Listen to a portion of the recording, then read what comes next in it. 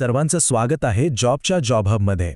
आज आपण महाराष्ट्र CIDच्या एका अशा नोकरीबद्दल बोलणार आहोत जी एखाद्या गुप्तहेर कथेपेक्षा अजिबात कमी नाही. हो, एक अशी पोस्ट जी तुमच्या नजरेला आणि बुद्धीला थेट आव्हान देईल. जरा विचार करा, सरकार तुम्हाला महिन्याला लाखाच्या घरात पगार द्यायला तयार आहे, पण काम काय? हेच ते मोठं प्रश्नचिन्ह आहे ज्याचं उत्तर आज आपण मिळवणार आहोत. हो, तुम्ही हा आकडा अगदी बरोबर पाहिलाय. महिन्याला कमाल 1,32,300 रुपये. या आकड्यावरूनच आपल्याला या पदाचं महत्त्व कळतंय. हे नक्कीच काहीतरी खूप मोठं आणि महत्त्वाचं काम असणार आहे. पण थांबा, या कथेत एक छोटासा ट्विस्ट आहे. एवढ्या जबरदस्त पगाराच्या जागा आहेत फक्त 16. हो, फक्त 16. म्हणजे ही संधी किती दुर्मिळ आणि खास आहे याचा अंदाज आला असेलच. स्पर्धा तर तगडी असणार. आणि आता येतो या कथेतला सगळ्यात मोठा धक्का. जाहिरातीच्या सुरुवातीच्या सारांशानुसार या पदासाठी शैक्षणिक पात्रता आहे फक्त 4थी पास. काय? हे कसं शक्य आहे? म्हणजे एवढा पगार, एवढं महत्त्वाचं पद आणि पात्रता फक्त 4थी पास? चला, या रस्त्याच्या मुळाशी जाऊया आणि शोधून काढूया की नक्की काय प्रकार आहे हा.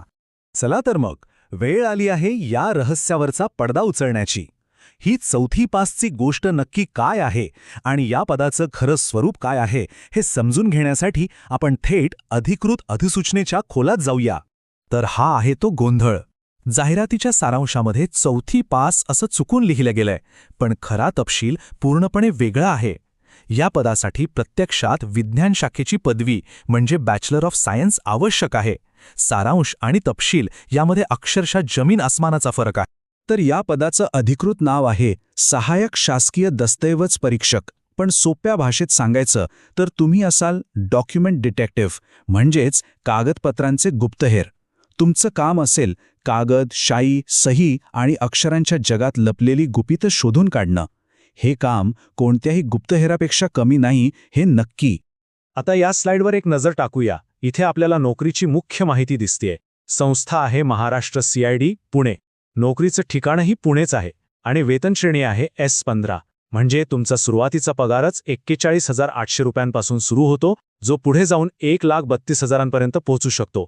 आणि ही आहे पात्रतेची खरी अट.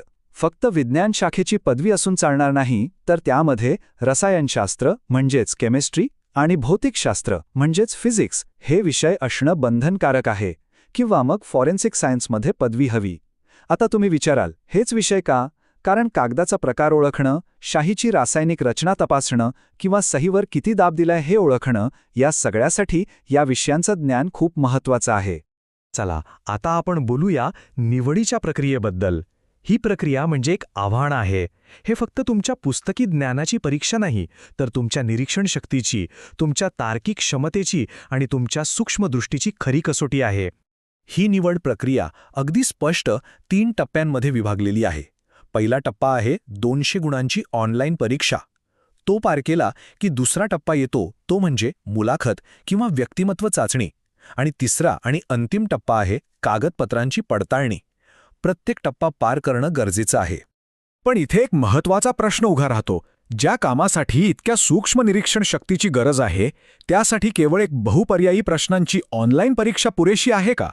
म्हणजे एखाद्या व्यक्तीची फॉरेन्सिक तज्ज्ञासारखी तीक्ष्ण नजर फक्त एका परीक्षेने कशी काय ओळखता येईल?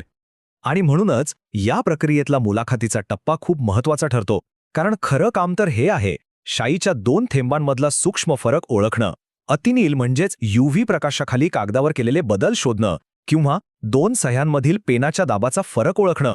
हे फक्त ज्ञान नाही, तर ही एक कला आहे. त्यामुळे परीक्षा तुमचं ज्ञान तपासते, तर मुलाखत तुमचं कौशल्य आणि तुमची ती सूक्ष्म नजर तपासते.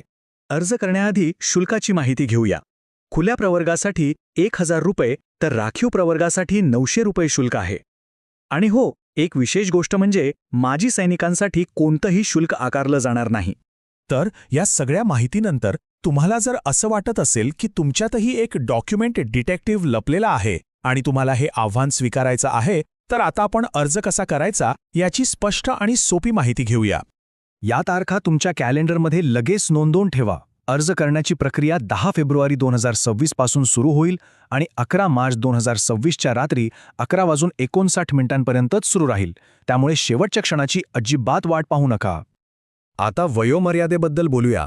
खुल्या प्रवर्गासाठी 18 ते 38 वर्षे राखीव प्रवर्गासाठी 5 वर्षांची सवलत आहे, म्हणजे 18 ते 43 वर्षे.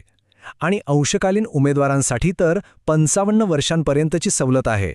अर्ज करण्यापूर्वी आपली पात्रता नक्की तपासा. आणि ही आहे ती सगळ्यात महत्त्वाची वेबसाईट, mahaseed.gov.in. याच वेबसाईटवर तुम्हाला अधिकृत जाहिरात, सविस्तर माहिती आणि अर्ज करण्याची लिंक मिळेल. समजा हाच तुमच्या खजिन्याचा नकाशा आहे. तर ही संधी आहे कागदपत्रांच्या जगात लपलेलं सत्य जगासमोर आणण्याची, एक डॉक्युमेंट डिटेक्टिव्ह बनण्याची. तुमच्यात आहे का ती क्षमता? तुमच्या नजरेत आहे का ती धार जी खोटेपणाचा बुरखा फाडू शकेल? यावर नक्की विचार करा.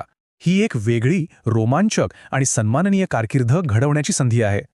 जॉबचे जॉब हब पाहिल्याबद्दल खूप खूप धन्यवाद. जॉबचे जॉब हबला सबस्क्राईब करायला विसरू नका.